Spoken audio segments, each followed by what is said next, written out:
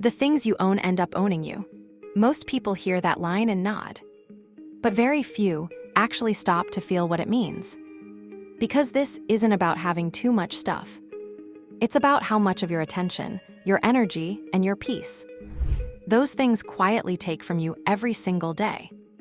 We think stress comes from work, money, or lack of time. But often, it comes from what surrounds us.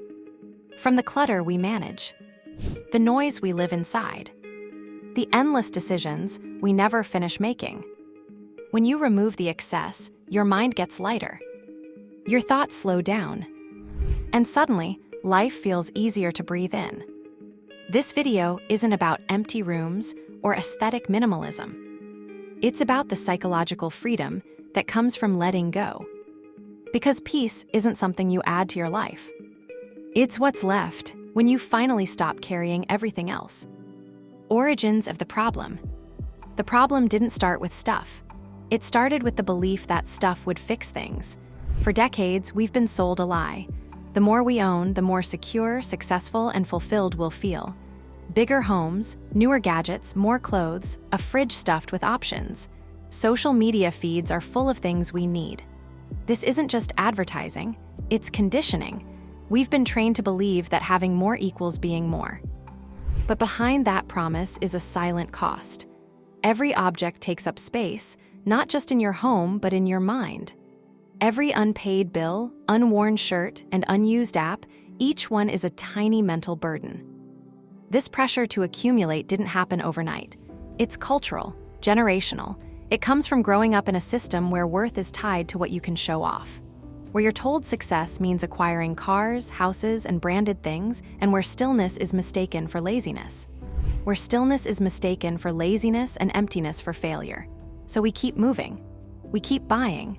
We keep stuffing our lives with things to avoid facing what's really going on, a deep, aching dissatisfaction.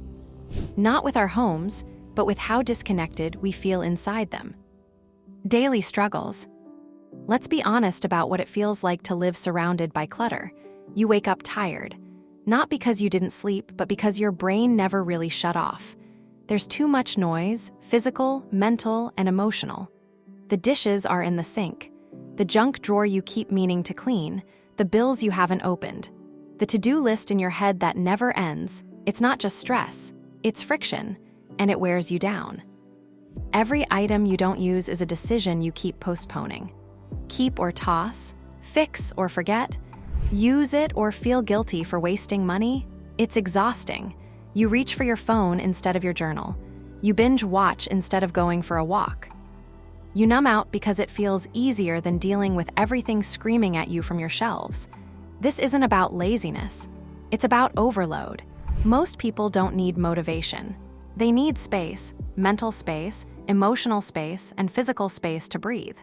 And they're not getting it, because nobody taught us that silence is strength and space is a resource.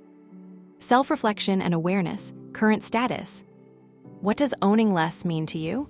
Maybe your closet's packed, your to-do list never ends, and your mind is just as cluttered. Maybe you keep buying things, hoping they'll make you feel something secure, satisfied, and accomplished, but the feeling never lasts. If any part of this feels uncomfortably familiar, if you're noticing how much of your energy goes into managing things instead of living, how often your mind feels crowded even when nothing is actually wrong, or how rare it feels to experience real mental quiet, I made something to support you. It's a free set of chapter previews and simple, action-based prompts, designed to help you reduce mental noise, clear what no longer serves you. You'll find the link in the description. Long-term impact. Living in constant clutter does more than wear you out. It changes how you see yourself. Clutter becomes self-talk. It says, "You're disorganized. You're falling behind. You can't handle life." Even if you don't consciously hear those words, the message sinks in. And after years of that message, your confidence shrinks. You start thinking you're the problem. If you could just get your act together, clean your home, buy better storage bins, and wake up earlier, then maybe you'd feel peace. But it's not about organizing better. It's about letting go of what no longer serves you. It's not about getting your life under control. It's about removing what never belonged there. Mental clutter, overcommitted schedules, constant multitasking, and overthinking have the same effect. It eats away at your ability to be present. It fuels anxiety. It kills creativity. It makes your mind a battleground. Over time, people get used to this. They accept the stress. They normalize it. But it shows up in other ways: short tempers, burnout, feeling lost.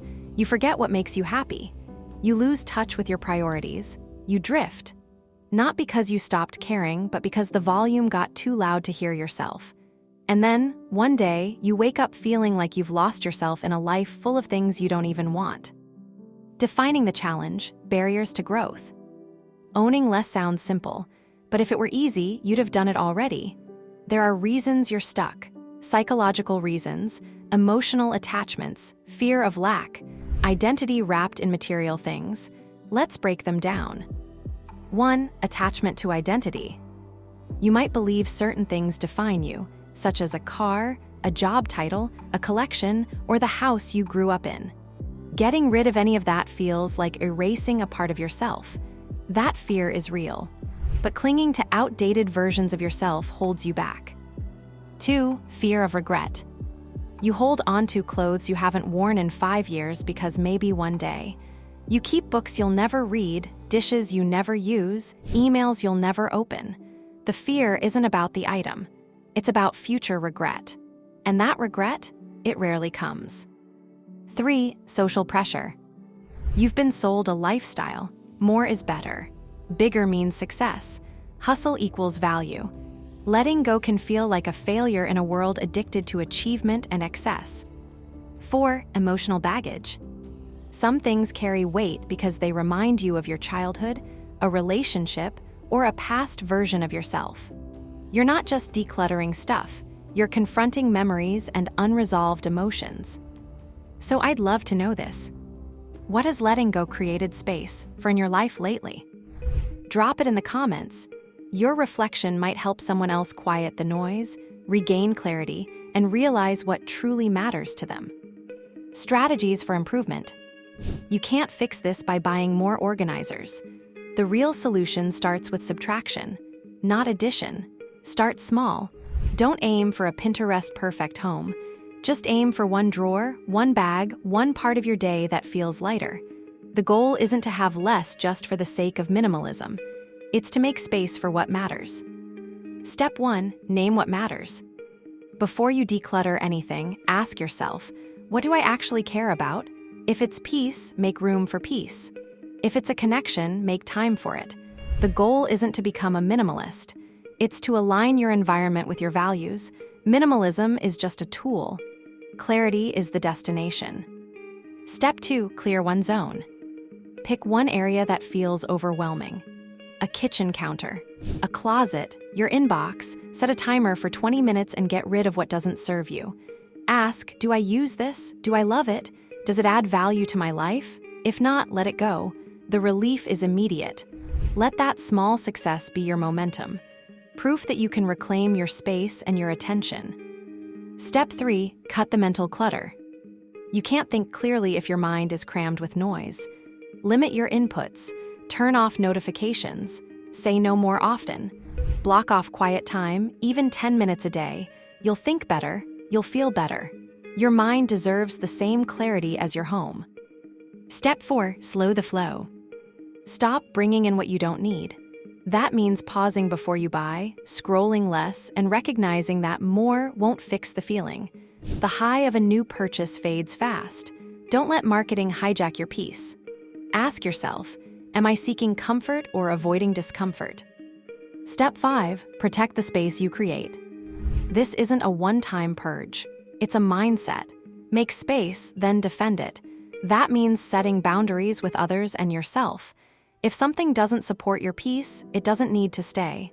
Don't just declutter, but curate. Become a gatekeeper of your own energy. You don't need to own anything. You just need to stop drowning in what you don't need.